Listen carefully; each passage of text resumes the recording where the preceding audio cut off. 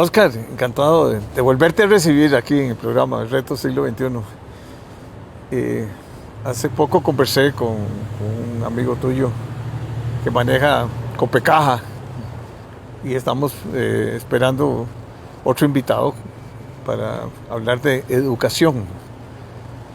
Definitivamente la figura cooperativa de cooperativas es muy importante y es una manera de tercerizar para bajar costos, para ser más operativo, para ser más eficiente.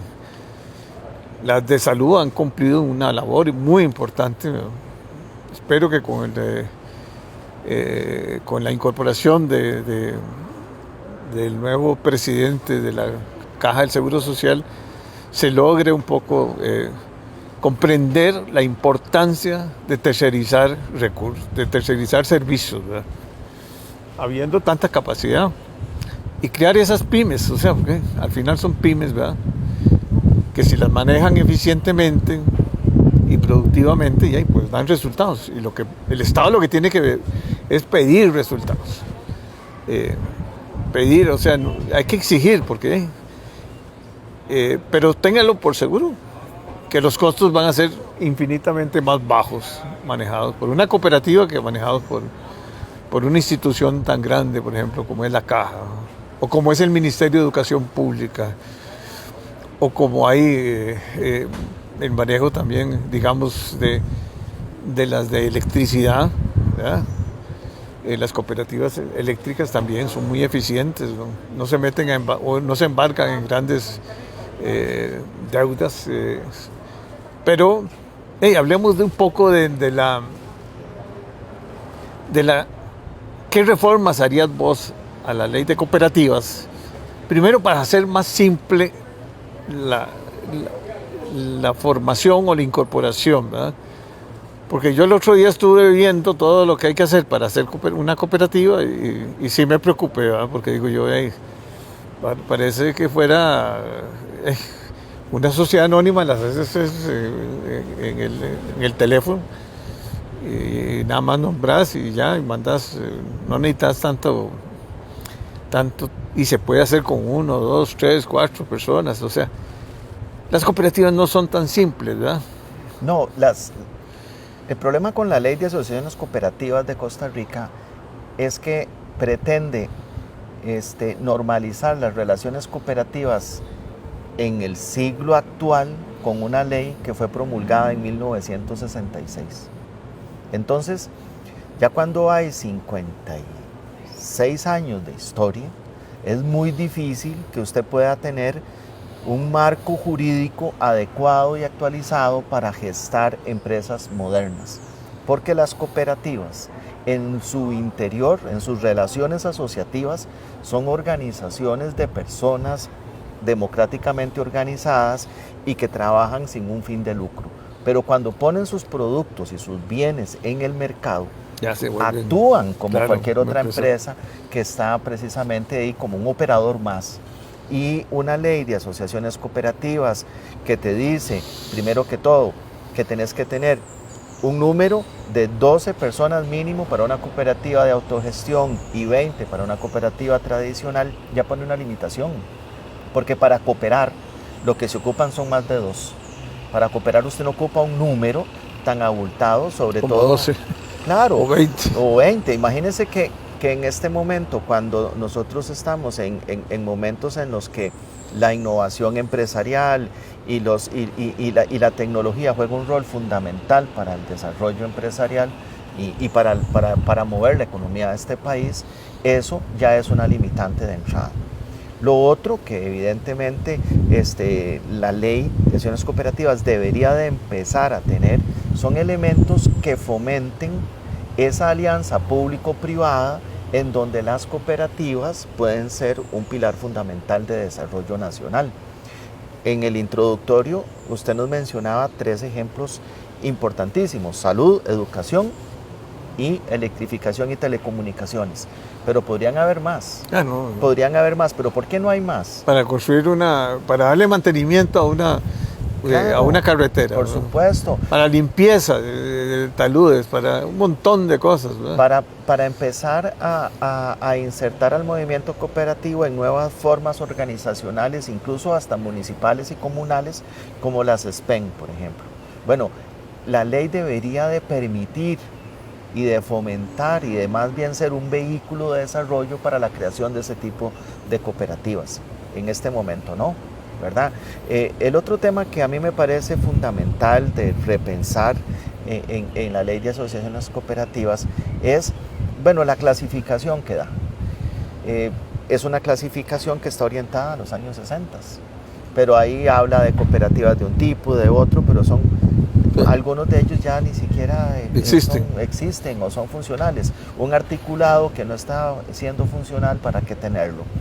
Y el otro tema que a mí me parece importantísimo, don Jorge, es que hay que también normar de manera más precisa y darle un carácter más de cámara empresarial y de representación a los órganos que están conjuntando a las cooperativas. Y en esa misma tesitura, la conformación de estos órganos debería de ser distinta, no necesariamente como está establecido actualmente, en donde hay Infocop con su estructura. Por supuesto, entonces ahí lo que usted tiene es muy poca posibilidad de que aquellos sectores pujantes, aquellos sectores que están generando un mayor bienestar para los asociados, también puedan tener una mayor representación en la toma de decisiones políticas y en la generación de política pública a través de esas organizaciones. En ese sentido, yo veo tres grandes modificaciones que debería de contemplar esta ley y que debería de darse en un marco en donde no priven los intereses particulares de un sector, sino más bien los intereses de la generación de un cooperativismo distinto, una nueva generación de cooperativismo que haga que avance, ¿verdad? Los que realmente creemos en esto, así lo pensamos, que avance hacia un mundo distinto y que se ajuste a las necesidades que en este momento requiere el país. Las oportunidades que hay, o sea. Por supuesto. Es que como vos decís, el mundo cambió dramáticamente en 50 años. Sí. Ya no ahora tiene ningún sentido. Ya no tiene sentido esas estructuras que eran posiblemente para otra industria, para otros venta de servicios. El mismo Infocop, yo tuve la posibilidad de cooperar como miembro de la Junta Interventora del Infocop, y ahí tuve un acercamiento a la institución, una institución que realmente es un pilar muy fuerte para el fomento del cooperativismo. Sin embargo, uno observa que hay una gran duplicidad de funciones dentro de la misma. Es que además de Infocop hay Cenecop. Está el Cenecop, está el CONACOP, está la Comisión Permanente Cooperativa de Autogestión. Todas ellas en su momento fueron fundamentales. Pero el arranque. En el arranque. Cuando aquellos grandes pensadores de los años 60 redactaron esa ley, la pensaron incluso, y si uno lo analiza y estudia la historia de la ley, la pensaron como un primer momento para después avanzar a un cooperativismo diferente, mucho más dinámico, mucho menos limitado en sus estructuras. Estas estructuras que acabamos de hablar, estos organismos de integración, de representación y defensa del movimiento cooperativo, evidentemente fueron funcionales en ese momento, pero ahora hay que repensarlos. Y no es destruirlos ni eliminarlos, no, es repensarlos, es modificarlos de modo tal que realmente solventen las grandes necesidades que las cooperativas en este momento están pensando y necesitando. Y como capital de semilla. Exacto. Como una capacitación más orientada, más sencilla. Sobre todo que esa estructura me parece costosa, ¿verdad? Posiblemente. Es costosa. Vean, y sí, con actores repetitivos, ¿verdad? O sea, no hay como mucha renovación de dirigencias, ¿verdad? Ese es el otro gran problema, porque la renovación de los cuadros y la generación de juventudes cooperativistas en las estructuras en las que en este momento está conformado el cooperativismo es muy difícil. es muy difícil porque los jóvenes que recién están saliendo de la universidad y que quieren emprender de manera asociativa a través de una cooperativa ya de entrada ya tienen un problema porque tienen que salir a buscar un montón de gente para meterse ahí. Y ahí empezamos a tener algunos vicios porque nos metemos nosotros, pero incluso hasta con gente que tal vez no quiera estar en la cooperativa, pero que necesitamos esos nombres para que la cooperativa sea inscrita. Entonces, eso en algunos casos hasta la familia incorpora. Posiblemente, ¿verdad? Entonces hay como que no tiene mucha lógica eso. Y ese principio básico que decía José María Arizmendi Arrieta, de que primero hay que hacer cooperativistas antes de cooperativas, no funciona. Porque con el afán de tener una cooperativa, entonces, bueno, métanse en que después nos hacemos cooperativistas. Ahí hay una falencia. Eso hay que corregirlo. Hay que volver a enamorar a la juventud, tanto recién formada como profesionales, como gestando un proyecto emprendedor, de que es a través de la cooperación la manera en la que pueden surgir y poder solucionar sus problemas. Pero mientras no haya un marco que cambie esto, difícilmente va a poder suceder. Bueno, pero por ejemplo la cooperativa, hablar de la cooperativa industrial más grande de este país, que es la Ospino, ¿verdad? Ya, pero eso es un ejemplo de empresarial, o sea, ahí hay un concepto empresarial 100%.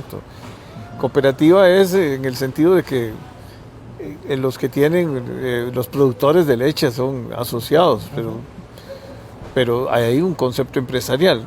Lo que yo digo es por qué no se puede hacer eso en pequeñas empresas, porque ahora el mundo es de pequeños, o sea, Así no es el mundo de grandes, o sea, hacer una cooperativa grande no es sencillo. Y uno ve el caso de Copesa, que era un gran potencial también, pero como que la estructura como que no se renovó para lo que tenía que renovarse para poder ser más competitiva. A mí me parece que las reformas hay que plantearlas. Y que lo que ustedes debieran de hacer es hacer un grupo de pensamiento, invitar a los diputados a hablar con el gobierno y esto es una oportunidad para hacer esos cambios, porque sí, son cambios fuertes, ¿verdad? Radicales casi, pero que lo que vas a lograr es la flexibilidad y la agilidad y poder hacer esas pequeñas pymes que son que se hagan cooperativas y no que a veces las estructuras de empresas, sociedades anónimas a veces son también complicadas y es otro concepto, ¿verdad? Es otro concepto, porque ahí es donde marca la gran diferencia y qué bien que usted pone esos ejemplos. Dos Pinos, Victoria y Copesa son cooperativas inmensas, exitosas, son ejemplo. Pero ¿cuántas más han habido?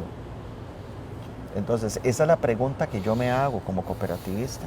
¿Qué es lo que sucede para que no hayan más Dos Pinos, para que no hayan más Victorias, para que no hayan más, ¿verdad? Aquí el tema es, bueno, algo está sucediendo que se paralizó un poco. Exacto, porque el modelo del siglo pasado funcionó para el siglo pasado, don Jorge.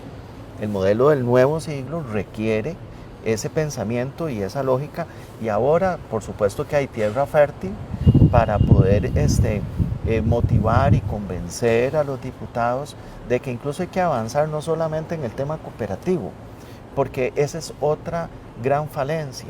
Es que aquí hay que ampliar, hay que encender la luz larga, hay que ver que hay un conglomerado de empresas de economía social y solidaria que están en este momento actuando y que están beneficiando y que están generando trabajo y bienestar en comunidades, en familias, que se tienen que articular y que requiere una normativa para que esa articulación sea efectiva, ¿verdad? Sí. Porque volvemos al mismo tema. Sí, es que el siglo pasado la economía social era de cooperativas. En este momento las asadas, por ejemplo, juegan un rol importantísimo, ¿verdad? Por decir solo una. Las organizaciones que se gestan para poder generar empleo y autoconsumo de sus propios, de su propia gestión, también requieren... En Alemania creo que el cooperativismo es algo impresionante, ¿no? Así es. Lógicamente hay las empresas grandes, productoras, pero Bueno, el reto está, El reto está. el reto es de ustedes. Y hay que aprovecharlo, hay que hacer un esfuerzo y más bien estos espacios funcionan para hacer ese llamado a la reflexión y al pensamiento, Claro. ¿verdad? Para que todos los sectores cooperativos encontremos en este momento tal vez el espacio vital para poder reformar este cooperativismo que a todos nos ha dado mucho, pero que queremos que nos dé más. Muchas gracias. Claro, Encantado. igual.